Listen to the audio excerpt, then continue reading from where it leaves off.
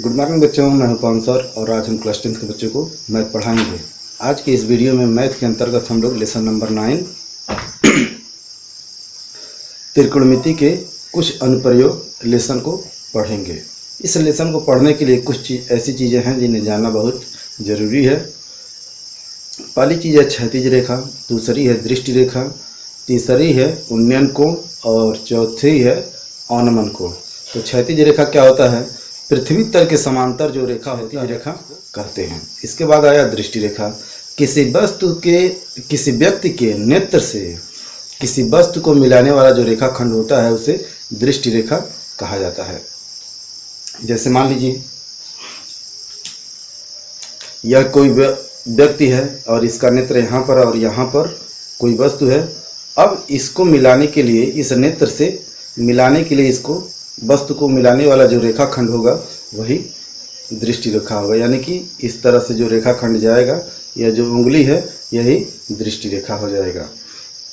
मान लीजिए वस्तु ऊपर स्थित है और इस तरह से मिलाने के लिए इसको, यह जो उंगली है, इस तरह का जो रेखाखंड होगा वह दृष्टि रेखा हो जाएगा। और यह इस तरह से जो यह जो पृथ्वी तल के समांतर है, यदि इसको उंगली को कर दिया जाए तो यह क्षैतिज रेखा हो जाएगा। और वस्तु को मिलाने के लिए इस तरह से इस उंगली को तिरछा कर दिया जाए तो यह दृष्टि रेखा होगा। यानी कि दृष्टि रेखा ज़्यादातर केस में तिरछी रेखा होगी और क्षैतिज रेखा हमेशा पृथ्वी तल के समांतर होगी। इस बात को थोड़ा सा ध्यान रखेंगे। अब इसके बाद आएगा उन्नयन कोण। इसको एंगल ऑफ एलिवेशन अंग्रेजी में कहा जाता है। जब कोई प्रेक्षक मतलब होता है देखने वाला, या तो प्रेक्षक का मतलब होता है देखने वाला, नहीं तो प्रयोग करने वाला। जब कोई प्रेक्षक जमीन पर है और वस्तु बहुत ऊपर है, जमीन तल से ऊपर है, इस स्थिति में प्रेक्षक जब वस्तु को देखेगा तो प्रेक्षक की दृष्टि रेखा क्षैतिज रेखा के साथ जो कोण बनाएगी उसी को उन्नयन कोण कहते हैं। अब मान लीजिए यह हो गया क्षैतिज रेखा और वस्तु ऊपर है, तो वस्तु का नेत्र इस तरह से ऊपर की तरफ कोण बनाएगा। तो इन दोनों यह मार्कर हैं, एक यह क्षैतिज रेखा और यह दृष्टि रेखा, इनके बीच में यह जो कोण बन रहा है यही हो जाएगा उन्नयन कोण। तो परिभाषा कैसे कहेंगे?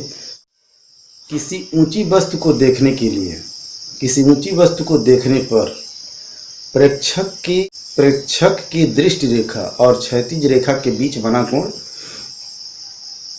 उन्नयन कोण कहलाता है। इस स्थिति में वस्तु ऊपर होती है और प्रेक्षक नीचे स्थित होता है। देखें इसको। अब यहाँ पर प्रेक्षक है और यहाँ पर वस्तु है।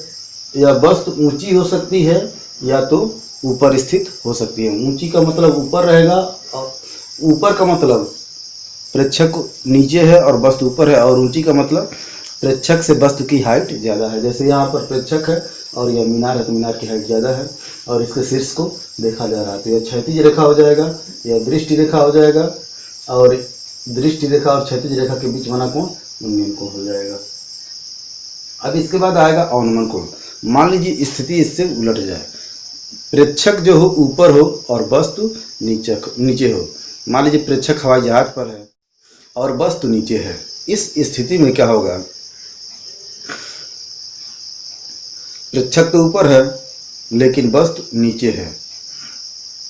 इस स्थिति में प्रेक्षक को अपने नेत्र को नीचे की तरफ करना होगा, यानी कि दृष्टि रेखा झुक जाएगी और जहाँ से दृष्टि रेखा चलेगी वहाँ से जो क्षैतिज रेखा जाएगी वहीं से क्षैतिज रेखा जाएगी। तो आइए देखते हैं। मान लीजिए यहाँ पर प्रेक्षक है और यहाँ पर वस्तु है, तो इस प्रेक्षक वस्तु को देखने के लिए अपने नेत्र को नीचे की तरफ झुकाएगा इस तरह से। तो उसके नेत्र से होकर जाने वाला यह क्षैतिज रेखा हो जाएगा और यह दृष्टि रेखा हो जाएगा।